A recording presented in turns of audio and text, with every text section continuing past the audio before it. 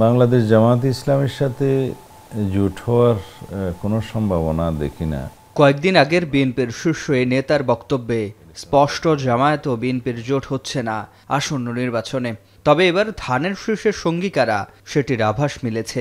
দেশটি আমাদের সকলের। সপ্তাহখানেক আগেই 2 ধাপে 42টি রাজনৈতিক দলের সাথে বৈঠকে বসে বিএনপি, যেখানে যুগপৎ আন্দোলনের শরিক দলগুলোর সাথে জোটবদ্ধ নির্বাচন ও পরবর্তীতে ঐকমত্যের জাতীয় সরকার গঠনের ইঙ্গিত দেন দলের ভারপ্রাপ্ত চেয়ারম্যান তারেক রহমান। আমাদের সাথে আন্দোলন, নির্বাচন, সরকার গঠন সবকিছুতেই তারা তার যে দীর্ঘদিনের যুগপৎ আন্দোলনের সাথী যারা আছে তাদেরকে নিয়েই করবেন বলে তারেক রহমান আমাদেরকে জানিয়েছেন। আমরা এটাই বিশ্বাস করতে চাই। এর মধ্যে 6টি রাজনৈতিক দল নিয়ে গঠিত গণতন্ত্র মঞ্চ রয়েছে বিএনপির জোটে।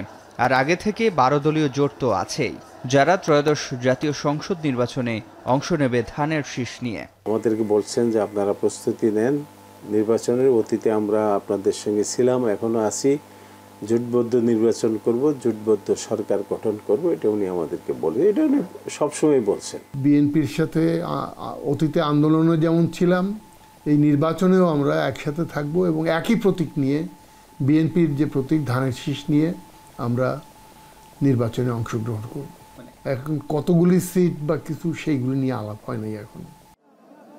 এদিকে জামায়াতে ইসলামীকে ঘিরে ইসলামী দলগুলোকে নিয়ে হতে পারে আরেকটি জোট, যেখানে থাকতে পারে ইসলামী আন্দোলন বাংলাদেশ, বাংলাদেশ খেলাফত মজলিস, খেলাফত আন্দোলন, ইসলামী ঐক্য জোট ও নেজামে ইসলামের মতো দলগুলো। মতপার্থক্য ভুলে ভোটের মাঠে এবার সংঘবদ্ধ শক্তি প্রদর্শনের অপেক্ষায় তারা। ইসলামী সংগঠনগুলোর মধ্যে যে ছোটোখাটো বিষয়ে যে মতপার্থক্য আছে, এটা এখানে খুব একটা কার্যকর হবে না। হ্যাঁ, তবে এই সমস্ত বিষয়কে কোনো দল, কোনো গোষ্ঠী উস্কে দেওয়ার চেষ্টা করবে, তারা এবার সুবিধা করতে পারবে না। একটা পোলারাইজেশন হবে এবং ইসলামের পক্ষের শক্তিটা একটা বড় রকমের শক্তি নিয়ে মাঠে নামবে। তবে এই দুই জোটের সাথেই লিয়াজও রয়েছে কোনো দলের, যারা জোটের বাইরে বিকল্প শক্তি হিসেবে কাজ করতে চায়।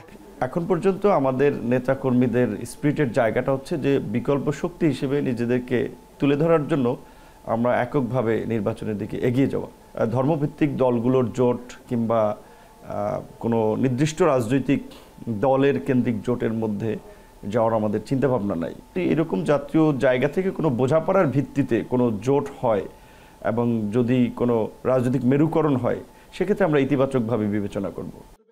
রাজনৈতিক বিশ্লেষকরা মনে করছেন, দৃশ্যমান এই দুই জোটের বাইরে হতে পারে আরেকটি জোট, যার নেতৃত্ব দেবে এনসিপি।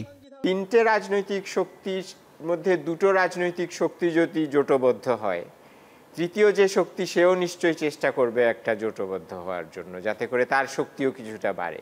আবার এমনও হতে পারে যারা বিএনপি জোটে যেত বা যারা জামাতের জোটে যেত, তাদের কেউ মিলে এনসিপির সাথে মিলে একটা তৃতীয় জোট হতে পারে।